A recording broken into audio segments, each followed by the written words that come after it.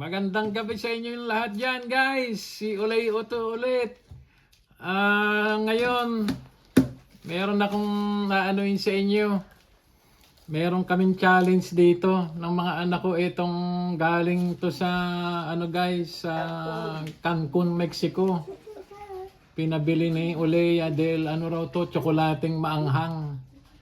Parang nahiwagaan kami, kaya titikman namin. Ito, guys, oh. Tignan nyo ang aming mga... Tingnan Chocolate niyo, Maya. Chocolate Maya raw to. To?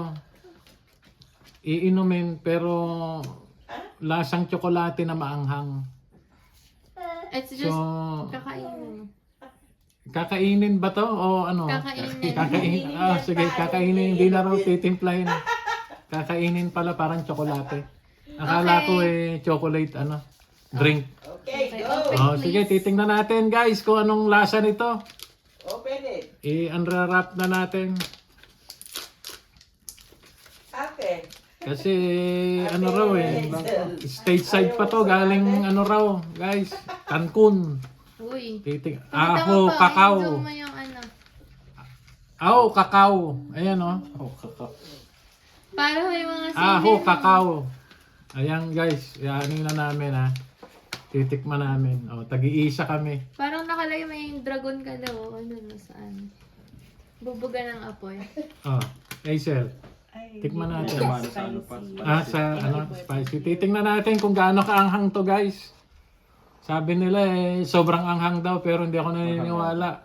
Ako Bicolano ako mahilig ako sa sili. Kaya titingnan natin. Okay. Ay, hindi. Spicy. Okay, 1, 2, ay, no. Nasaan tsokolate lang sa una guys Ewan ko kung may sipa sa uli. Okay. Parang wala naman. Parang ganun lang.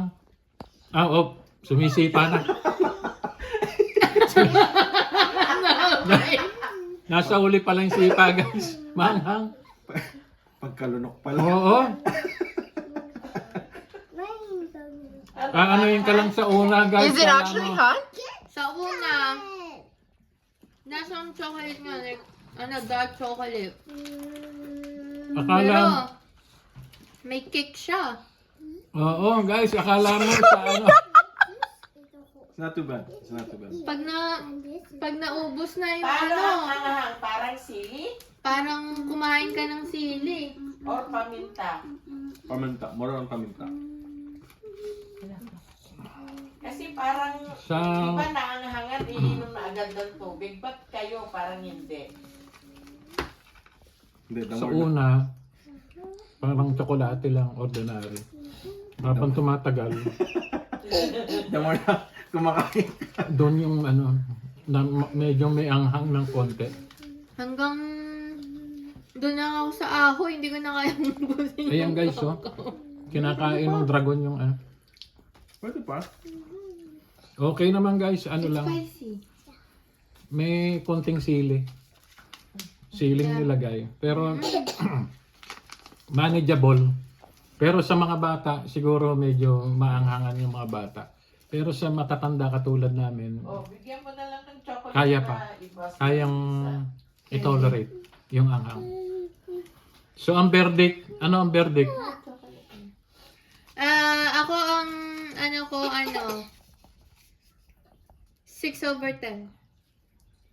6/10. Ikaw, JR. Kung sa chocolate niya, mga 7/10. Spicy, mga para sa akin, 4. 4 out of 10 lang. Baka dahil mataas ang ko sa spicy. Mataas ang tolerance.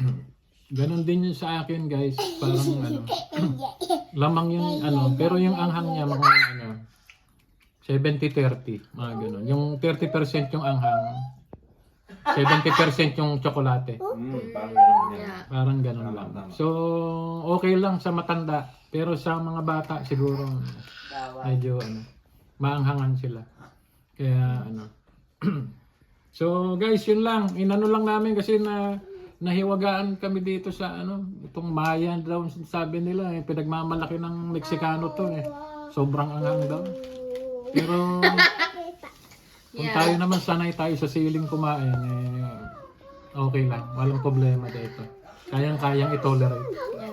Okay guys, yun lang at sa susunod ulit na video namin. Just don't forget to like and subscribe guys and sana i-click nyo yung notification bell button para sa mga future ko pang mga video i-ano ko sa inyo. And don't forget yung mga luma kong video guys, pag meron kayong oras, panoorin nyo rin yung mga ganap sa Canada at saka yung mga trip namin sa ibang lugar din. Okay guys, see you guys and have a good day. Bye.